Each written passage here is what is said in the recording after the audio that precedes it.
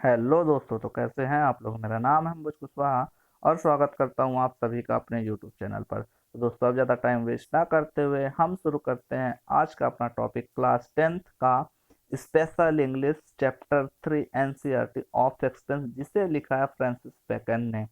तो दोस्तों, Francis bacon ने इस प्रकार से बहुत सारे शॉर्ट ऐसे लिखे हैं, जैसे of expense, of truth, of travel, of study, of umbrella. इस प्रकार के उन्होंने बहुत सारे छोटे छोटे शॉर्ट ऐसे लिखे हैं। तो इस ऐसे में ऑफ एक्सपेंस में फ्रांसिस बेकन बताना चाह रहे हैं कि किस प्रकार से व्यक्ति को अपने खर्च को लिमिट करे, किस प्रकार से वो मैनेज करे। यहाँ इस ऐसे में फ्रांसिस बेकन ऐसा बताना चाहते हैं। ओके दोस्तों, तो हम देखते हैं कि क्या है अपनी पहली line. So we our very first line is rich are for spending. तो पहले मैं इस वर्ड का मतलब बता दूं दोस्तों, रिच। मैंने पहले भी शायद क्लास 10th या क्लास 9th में कहीं पे बताया है मैंने कि जो रिच होता है उसका प्लूरल RICHES लगाकर नहीं बनेगा। मतलब रिच का रिच आप नहीं कर सकते हैं। रिच का प्लूरल द रिच होता है और पुअर का पुअर्स नहीं हो सकता, उसका प्लूरल क्या होगा, द पुअर होगा। लेकिन यहाँ पे हमें ES दिख रहा है, रिच का प्लूरल रिच दिख रहा है, लेकिन इसका मतलब यहाँ पे अब अमीरों ना होकर के क्या होगा, धन, मतलब पैसे से होगा। तो हमारी पहली लाइन का मतलब क्या हो गया, रिच आर फॉर स्पेंडिंग। जो पैसा होता है, जो धन होता है, वो खर्च करने के लिए होता है। And spending for honour and good actions. और ये जो पैसा होता है वो ये और सम्मान के लिए खर्च करने के लिए होता है। देयरफॉर, इसीलिए। फिर आगे फ्रांसिस बेकन क्या कहते हैं, extra ordinary expense must be limited by the worth of the occasion. वो कहते हैं जो आपके खर्च हैं, एक्स्ट्रा खर्च हैं, एक्सपेंस मतलब क्या होता है, खर्च। जो आपके अलग एक्स्ट्रा अतिरिक्त एक्स्ट्रा ऑर्डिनरी एक्सपेंस है, उन्हें आप लिमिट कीजिए, मतलब उन्हें सीमित कीजिए। कैसे, अवसर के हिसाब से, ओकेशंस के हिसाब से। कैसे, जैसे मान लीजिए आपकी बर्थडे पार्टी है, तो बर्थडे में ऐसा नहीं कि आदमी 1 लाख 2 लाख खर्च करे, उसमें आदमी 2000 4000 5000 ऐसा खर्च करे। तो वही वो कह रहे हैं कि वो मतलब ओकेशंस के हिसाब से पैसे को खर्च करें। For voluntary undoing may be as well for a man's country as for the kingdom of heaven. Voluntary मतलब होता है स्वैच्छिक, मतलब इच्छा से। ओके, मतलब जहां जहां भी ये वर्ड आ जाए ना दोस्तों, आप समझ जाइएगा कि इसका मतलब क्या होता है। सॉरी, इसका मतलब क्या होता है, स्वेच्छा से। जैसे वॉलेंटियर, वॉलेंटियर मतलब भी लाइक सर्वेंट होता है, लेकिन वो उसके पैसे नहीं लेते, मतलब वो स्वेच्छा से सेवा करते हैं। जैसे होता है वॉलेंट्री रिटायरमेंट, मतलब इच्छा से रिटायरमेंट लेते हैं। ठीक है, तो यहाँ पे फ्रांसिस बेकन कहना चाह रहे हैं, हाँ, वो कहना क्या चाह रहे हैं कि यदि वो स्वेच्छा से, यदि अचानक से उसे अपना पूरा पैसा या बहुत सारा पैसा खर्च करना पड़ जाए, तो वो अपने देश के लिए खर्च करे। मतलब अचानक से कोई देश पे विपत्ति आ जाए, यदि वो हेल्प करना चाहता है तो उसमें खर्च करे। As for the kingdom of heaven, या फिर है ना, स्वर्ग जैसी फैसिलिटीज लेने के लिए वो खर्च करे, ऐसा फ्रांसिस बेकन कहते हैं। But ordinary expense ought to be limited by a man's state. लेकिन जो साधारण खर्च है, ऑर्डिनरी एक्सपेंसेस है उसके, उसे वो लिमिट करे अपने इनकम के हिसाब से। स्टेट मतलब वैसे जायदाद हो तो है दोस्तों, लेकिन यहाँ पे स्टेट का मतलब क्या है, इनकम। लेकिन वो अपने ऑर्डिनरी जो साधारण खर्च हैं, मानव को अपने इनकम के हिसाब से खर्च करना चाहिए। And govern with such regard, और इस प्रकार से उसे गवर्न करना चाहिए, इस प्रकार से अपने संपत्ति का संचालन करना चाहिए। किस प्रकार से, वो हम नेक्स्ट स्लाइड में देखते हैं। तो इस स्लाइड में फ्रांसिस बेकन क्या कहते हैं, as it be with his compass, कि जो उसके कंट्रोल में हो। वैसे कंपस तो अपने ड्राइंग बॉक्स में होता है और ये वहीं से वो शब्द लिया गया है। जिस प्रकार से हम कंपेक्ट कंपस के बाहर से कोई चीज नहीं खींच सकते हैं, ठीक है, कोई भी डायग्राम, ठीक है, उसी प्रकार से कह रहे हैं कि जो तुम्हारे कंट्रोल में हो सिर्फ उतना ही पैसा खर्च करो। And not subject to deceit and abuse of servants, और अपने पैसे का इस्तेमाल तुम किसी को धोखा देने के लिए मत करो।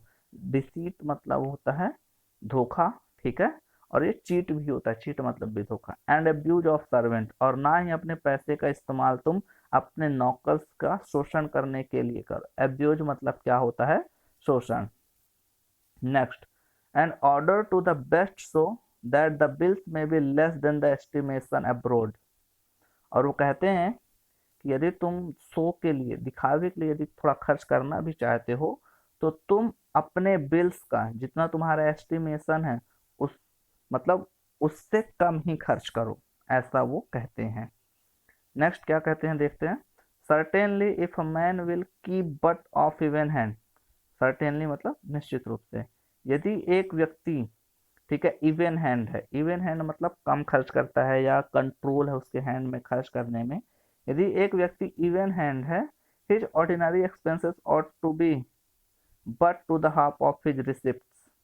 तो उसके जो खर्च हैं वो उसके रिसिप्ट से आधे ही होने चाहिए, मतलब उसकी जो इनकम है वो अपने इनकम से आधा ही खर्च करे। यहाँ पे एक चीज और बता दूं दोस्तों, ये रिसिप्ट नहीं रिसिप्ट्स है। ओके, पी यहाँ पे साइलेंट है, ये ध्यान देना है, ठीक है। और एक चीज और दोस्तों, यहाँ पे सी के बाद आई ई होगा या ई आई होगा, ये बड़ा कंफ्यूजिंग होता है। तो ध्यान देना, जहाँ पे सी होगा उसके तुरंत बाद ई होगा, ऐसा ध्यान रखेंगे तो इजी हो जाएगा। नेक्स्ट वो क्या कहते हैं, if you think to wax rich. Francis Bacon कहते हैं यदि वो व्यक्ति या कोई भी व्यक्ति अमीर बनना चाहता है, वैक्स रिच मतलब होगा बिकम रिच, ठीक है, अमीर बनना चाहता है, but taught the third part, तो उसे अपने इनकम का 1/3 पार्ट ही क्या करना चाहिए, स्पेंड करना चाहिए। It is no business for the greatest to descend and look into their own state.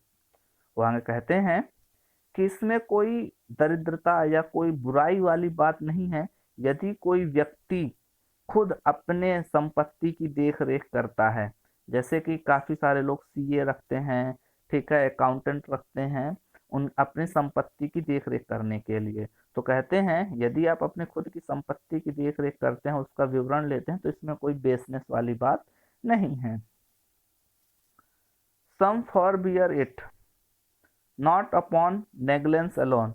कुछ लोग ऐसा नहीं करते हैं सिर्फ मतलब किसी छोटी चीज को लेकर ही नहीं, but doubting to bring theirself into melancholy in respect they self find it broken. वो सिर्फ मतलब छोटी सी बात को लेकर नहीं करते ऐसा, बल्कि उन्हें ऐसा संदेह होता है, शक होता है कि उसमें कोई ना कोई गलती कर देंगे या त्रुटि कर देंगे, या फिर हो सकता है कि उनमें उसकी खुद की उदासीनता हो, वो करना ही ना चाहते हो, ऐसा वो कह रहे हैं, ठीक है। नेक्स्ट देखते हैं दोस्तों, but wounds can not be cured without searching. तो इस लाइन का मतलब क्या है दोस्तों, तो फ्रांसिस बेकन कहते हैं आप यदि सोचते हैं कि आपसे गलती हो जाएगी इसलिए आप अपनी संपत्ति का विवरण या संचालन नहीं करते हैं, तो उसके लिए वो एग्जाम्पल दे रहे हैं, लेकिन बिना इलाज के आपके जख्म तो नहीं भरेंगे, उसे आप बिना इलाज के क्योर तो नहीं कर पाएंगे। वाउंड मतलब होता है जख्म, क्योर मतलब होता है इलाज करना, ठीक है दोस्तों।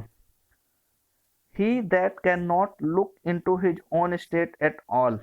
वो आगे कहते हैं यदि वो व्यक्ति अपने संपत्ति का विवरण नहीं देखना चाहता है कुल मिलाकर, तो had need both choose well those. तो आगे कहते हैं उनके लिए वो सजेस्ट करते हैं, क्या सजेस्ट करते हैं, had need both choose well those whom he employs and change them often। तो कहते हैं वो दो काम बड़े अच्छे से करें। पहला कि वो अपने एम्प्लॉय, जो अपनी संपत्ति के संचालन के लिए जिस कर्मचारी को वो नियुक्त करता है, वो उसे बड़ी समझदारी से नियुक्त करे और उसे अक्सर वो क्या करता रहे, बदलता रहे। क्यों बदलता रहे, आगे देखते हैं। For new are more timorous and less subtle. कहते हैं क्योंकि जो न्यू होते हैं ना, न्यू एम्प्लॉय होते हैं, वो थोड़ा डरपोक होते हैं, उनके लिए नया नया एटमॉस्फेयर होता है और वो कम चालाक होते हैं। यदि वो ज्यादा चालाक होंगे तो हो सकता है कि आपके पैसे में हेरा फेरी कर दें, ठीक है, इसीलिए ऐसा सजेस्ट कर रहे हैं। Next, he that can look into his state but seldom. कहते हैं कि हो सकता है कोई ऐसा व्यक्ति हो कि जो अपनी संपत्ति के बारे में जानना चाहता हो या उसका नियंत्रण करना चाहता हो, लेकिन वो ऐसा कभी कभार करता हो।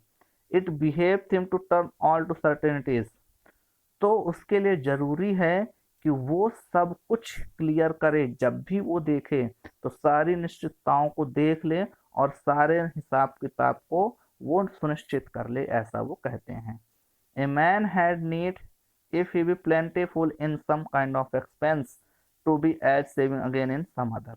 तो कहते हैं कि मान लेते हैं कोई व्यक्ति किसी एक चीज में बहुत खर्च कर रहा है, उसके बहुत सारे खर्च हैं, तो किसी एक चीज में वो बहुत खर्च कर रहा है, प्लेंटिफुल मतलब बहुत ज्यादा, तो उसके लिए जरूरी है कि वो किसी दूसरे प्रकार के खर्च में बचत करे, मतलब एक चीज में ज्यादा खर्च करे और एक चीज में कम खर्च करे। ठीक है दोस्तों, तो ऐसा यहाँ पे फ्रांसिस बेकन बताते हैं। तो दोस्तों पार्ट है वो मैं आगे की कहानी उसमें बताऊंगा कि फ्रांसिस बेकन क्या कहते हैं। ओके दोस्तों, थैंक यू।